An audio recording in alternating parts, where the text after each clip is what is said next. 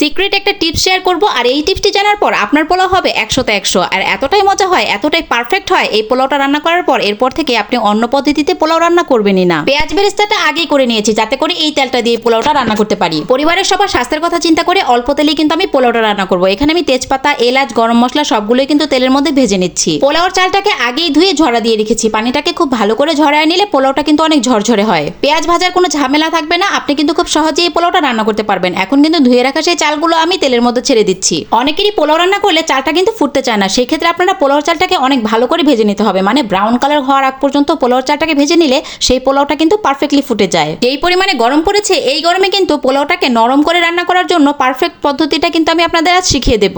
এই ঈদে গরমের কারণে আর গরুর মাংস দিয়ে পোলাও খেলে কিন্তু আপনার অনেক সমস্যা আপনি পড়তে পারেন। তো আপনাকে কিন্তু একদম নরমালি পারফেক্ট ভাবে রান্না করাটা শিখে নিতে হবে। আমি কিন্তু একদমই অল্প তেলে আমি কিন্তু পোলাওর চালটা ভেজে নিচ্ছি। তেল কম দেওয়ার কারণে পোলাওর টেস্ট কিন্তু একদমই কমে যাবে না। ঘড়ি ধরে 5 মিনিটের মতো পোলাওর চালটাকে আমি ভেজে নিচ্ছি। ব্রাউন কালার হয়ে যাওয়ার আগ পর্যন্ত ভেজে নিতে হবে। ভালো করে উল্টে পাল্টে নাড়াচাড়া করে পোলাওর চালটাকে আমি ভেজে নিচ্ছি। সঠিক পানির মাপটা শিখে নিন, আর এই পানির মাপটা পারফেক্ট না হলে কিন্তু পোলাওটা ভালো করে ফুটতে চায় না। 1 কেজি পোলাওর চালের জন্য আমি এখানে 2 লিটার পানির বোতল নিয়েছি। আপনারা কিন্তু এইভাবেও কিন্তু মাপটা মেপে নিতে পারেন। আমি এখানে পানির বোতল নেওয়াতে আমার কাছে সুবিধা মনে হয়েছে। 2 কেজি চাল নিলে 4 কেজি পানি দিবেন, সোজা কথা। 2.5 কেজি চাল নিলে 5 কেজি পরিমাণ পানি অ্যাড করতে হবে। মানে যতটুকু চাল তার ডাবল পানি অ্যাড করতে হবে। এই কথাটা যদি আপনি মনে রাখেন তাহলে আপনার পোলাও আজীবন একদম পারফেক্ট হবে। কেউ আপনার পোলাওর চাল নিয়ে কোনো ভুল ধরতে পারবে না।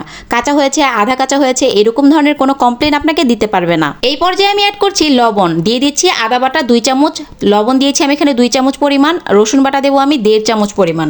অনেকের মনে প্রশ্ন আসতে পারে, আদা বাটা রসুন বাটার কি কোনো গন্ধ থাকবে না? না, এখানে কোনো ধরনের গন্ধ থাকবে না। আপনি এই পর্যায়ে আদা বাটা রসুন বাটা দিয়ে দিতে পারেন। কারণ পোলাওর চালটা ভাজার আগে যদি আমি তেলে আদা বাটাটা দিয়ে দিতাম, সেই ক্ষেত্রে পোলাওর চালটা আমি আরাম মতো ভাজতে পারতাম না। তাহলে দেখা যেত কড়াইয়ের সাথে বারবার আমার লেগে যাচ্ছে। এই পর্যায়ে আমি দিয়ে দিলাম কাঁচামরিচ। এখানে আমি 4-5টা কাঁচামরিচ শুধু মুখটাকে সামান্য একটু কেটে দিয়েছি। পেঁয়াজ বেরেস্তাটা কিন্তু আমি বলক আসার পরপর দিয়ে দিচ্ছি। এটা অনেকে সব শেষে দেয় পোলাওটা হয়ে যাওয়ার পর। আসলে ওই পদ্ধতিটা একদমই ভুল। আপনি যদি পোলাওটা এরকম বলক আসার পরপর দিয়ে দেন বেরেস্তাটা, তাহলে পোলাওটা এত সুন্দর কালার আসবে আর স্মেলটা এত ভালো আসবে। বেরেস্তার কারণে পোলাওটা খেতে একদম শাহি শাহি একটা ভাব আসবে।